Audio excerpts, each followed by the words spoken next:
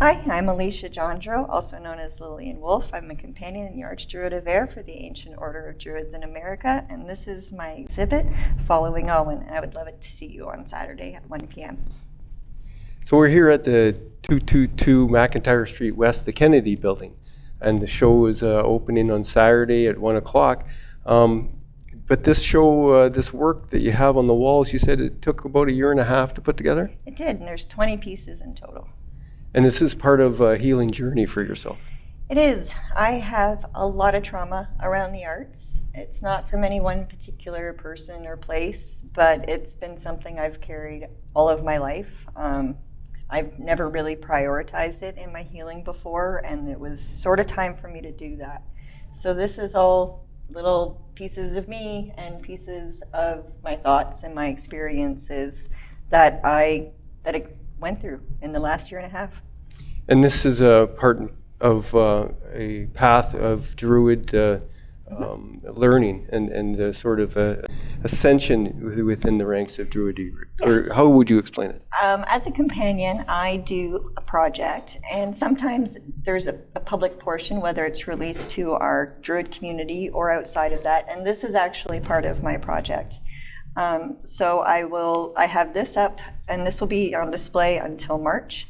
And part of the process is the show itself, but a lot of it was the healing journey, and that's what facilitated it.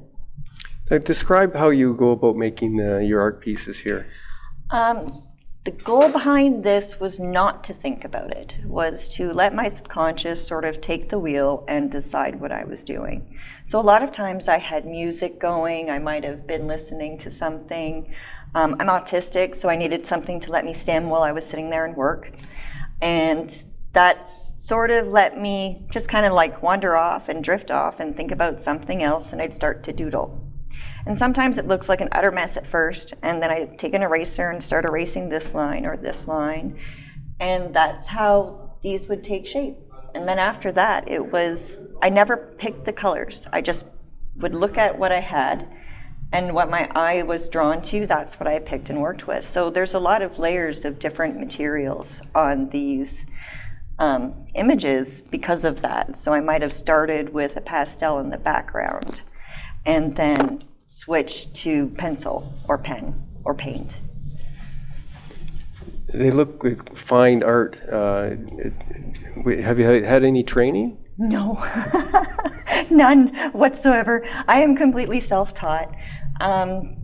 I didn't really get the opportunity to take any classes when I was a kid. I kind of had limits on how many classes I could take in high school. So most of this was all trial and error. I really didn't know much about products. I might have an idea of what kind of product was out there or what people would recommend, but not necessarily know how to use it right. So sometimes it was just a matter of, oh, I have these pastels. I've never really used these pastels before. I'm not quite sure what I'm doing, and just see what happens. So sometimes it worked, sometimes it didn't. Well, I'm glad to say most of the time it worked out. Well, it looks like excellent pieces. Are they for sale? Yes, there's a lot of pieces that are for sale. There's a few that are spoken for, and I think I'm going to hold on to a couple of them, but most of them are available, yeah. You know, what range of prices? They're probably going to go from, on average, about $125 to $180. The large ones are probably $450. Mm-hmm. And the NRCC, which is the NOVAH Gallery here, mm-hmm. Has organized your installation for you. How did you get to know Dermot? I got to know Dermot in the community. I donated a beaded bouquet of flowers to the NRCC, I think it was the NOVAH, that went on Lakeshore. Mm-hmm. And that was how I started with the NRCC. And then later I got onto the board with the Whitewater Gallery. And I was chair of the board for a few years there. And Dermot, I got to know through there. And that's, yeah, and it was sort of one of those things my auntie says is fate, because a strange series of events got me and Dermot talking about my trauma, and Dermot said, how about having a show at the NRCC? And it took a bit. I had to think about that. I had to chew on that because I had a lot of trauma. I had a lot of fear response right off the bat. Right. So yeah, I got myself into therapy and started working. Now you have Indigenous and Druid roots. Tell me about your Indigenous roots and then the Druid one. I grew up on Thessalon First Nation up near Sault Ste. Marie. My dad currently lives there now, and I have a lot of family on there. I spent virtually all of my time in the bush because it's very rural there. So I was definitely more the bush brat than the country kid. I knew more game trails there than most of the adults, is what my dad used to say. So that was how I grew up. So there's a lot of that. I am still very much all about just wilderness and that form of nature. Not much of a gardener. My mom's side was British and Welsh descent, and they were very proud of their British and Welsh descent, but I didn't get to know them very well, with the exception of an aunt and uncle. So my grandmother used to tell me stories, and I grew up listening to stories of Lord Hearn, and that's a very, very old story. And I got to hear about these stories about ancestors before the Christians came. And they never said the word Druid, but it was always, they were the healers and priests of Wales. Well, before the Christians came, there were only so many healers and priests of Wales. But they lost that, they converted. So I guess now a lot of my Druidry is about repairing colonization, I guess, because her ancestors got colonized and that's how they became Christian. So that's where the overlap is. And then there's some of that healing in this too, about coming back to roots and finding my own path. Because I'm not one or the other, I'm both. I'm very proud of my Indigenous ancestry and proudly identify as Indigenous. But I'm also very proud of being a Druid too. And what kind of reception do you get from people when you talk to them about Druidry? That depends on them. We have a popular saying in our community that if you ask 3 Druids one question, you'll get 5 answers, because they're going to have different takes on the same question. And that is sort of what happens with me. There's a few people when I first joined that had this moment of how do you reconcile that? Because in their mind, they were just 2 very different cultures. But ultimately, the culture that Druids were in, that was the Indigenous culture. So to me, it is going to Indigenous ancestry on both sides of my family, and that's what I'm trying to honor. And most of the time, once people hear about that, they get it, because that's pretty much what they're trying to do too. So it's not so different. Not everybody has that reaction, but that's more of a them problem. Yeah, for sure. Well, I'll tell you a little story of myself that is very relatable. I worked for the Union of Ontario Indians starting in 1993, and I was the editor of Anishinaabe News for 7 years. And when I got there, and I was working on they used to have a big library, and I was trying to find out why I'm there. Wasn't quite sure, of course, with being an Anglophone white guy. It was an interesting sort of time in my life. One of the first books I pulled down from the library was about Druids, and so I learned a little bit more there. I have Welsh and Irish descent as well, right? So true or not, whether I have roots in Druid, I feel like I do, because I have such empathy for the Indigenous experience when colonized, and I very not Christian for whatever reasons. And now my son is part Indigenous, First Nations, Couchiching First Nation, Treaty 3 is where his grandfather's from. And he's of mixed descent as well. So he struggles with a little bit of that identity, but he identifies as Anishinaabe, right?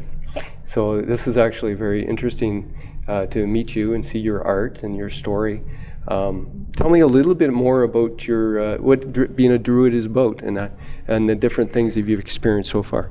For me, it started with honoring my ancestors on both sides. And now I think I'm I joined in 2019. I joined the Ancient Order of Druids in America. We call it AODA. In 2019, and now I'm an Archdruid, which is one of 4 leaders of the order. So now it's so much more than just honoring my ancestors, because now I'm also helping the community, and I'm helping the other leaders with lead the community, and it's bigger now. We've grown a lot. A lot of people are looking for other things. They're looking for that reconnection or that ancestral path, and they're starting to come in now. So more than anything, I think now it's starting to be about community and about what healthy community looks like, what safe community looks like. And I tend to try and help people understand that some of the struggles that they're experiencing are related to that ancestral struggle of colonization.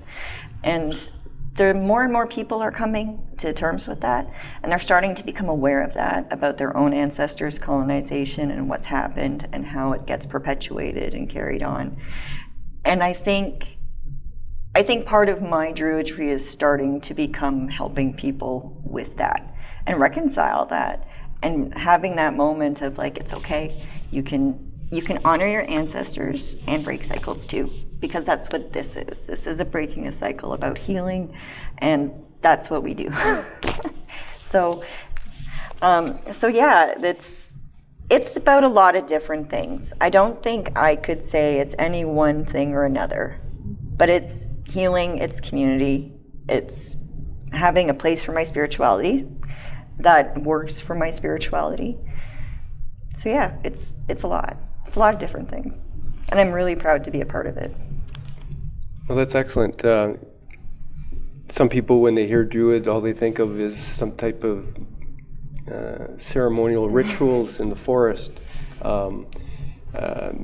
which doesn't sound too bad, really. Oh, we definitely have those, and they're wonderful. They're beautiful. Yeah. And they can be a lot of fun. They're very joyful. But yeah, I think there's a lot of idea of what does the ritual actually look like, though. Mm-hmm. Well, it looks like a bunch of us wearing fancy clothes that we like in a pretty space that we've decorated, coming together and having a mutual celebration. I think pop culture kind of messes with people. They want to see the scary thing, but it's not. Mm-hmm. It's very welcoming. I'm very much a spirit worker. I am very dedicated to the practice of spirit. So for what I do, it's all about connection. So, I mean, not that things like ritual and stuff can't be scary, but there's also a certain amount of theater in it, because we need to cultivate a certain mood. We want to tell a story. We have a procession or things to help build that atmosphere. So I think it can be a lot of different things. And as a practice, it can be what we need it to be, because my practice doesn't always look like everybody else's. I am very much that energetic and spirit conscious person. I'm the animist. I'm the one that says it's not just me doing the art, it's a collaboration between me and my materials. And that's not going to look the same for everybody, but we're okay with that. And yeah, I think I've digressed a bit. It's all right. It's all right. Well, thank you very much for this interview. I hope your opening and your show goes well. Let's end off with a welcome to your show at this time of season. This time of season? Yeah. Merry Yule, happy solstice, happy holidays, whatever your holidays are. I'd love to see you if you come out, but either way, I hope you have a great time. Excellent. Thank you very much. Following Awen is to follow where you're called, pulled to go, to follow your inspiration and see where it leads. It is a journey that can be fleeting, lasting only a day. It can be the journey that tests with trial after trial. For me, it was a journey of healing, determination, introspection, discovery, and rediscovery. This journey brought me pain, anger, healing, laughter, accomplishment, joy, and love. Love for myself, love for my work, love for the me I lost, and the me I rediscovered. Following Awen was a journey of faith. Faith that it would not break me, faith in those around me that support me, faith in myself. Following Awen has been a journey of spirit and inner growth. I grow and stretch for the rays of creation shining down, knowing that I follow the current of Awen carefully. I will find growth both within and without.